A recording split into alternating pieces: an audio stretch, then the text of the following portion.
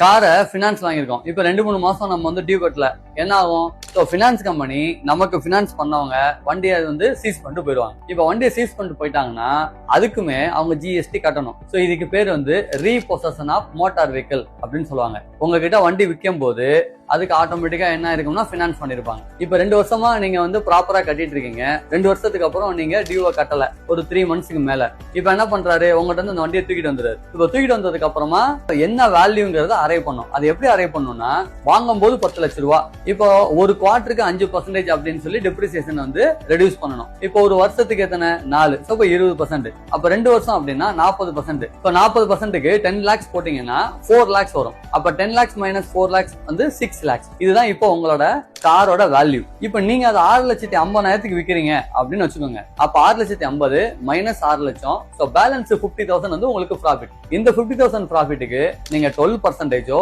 அல்லது 18% ஜிஎஸ்டி கட்டணும். Depends upon உங்க காரோட மாடலை பொறுத்து மாறும்.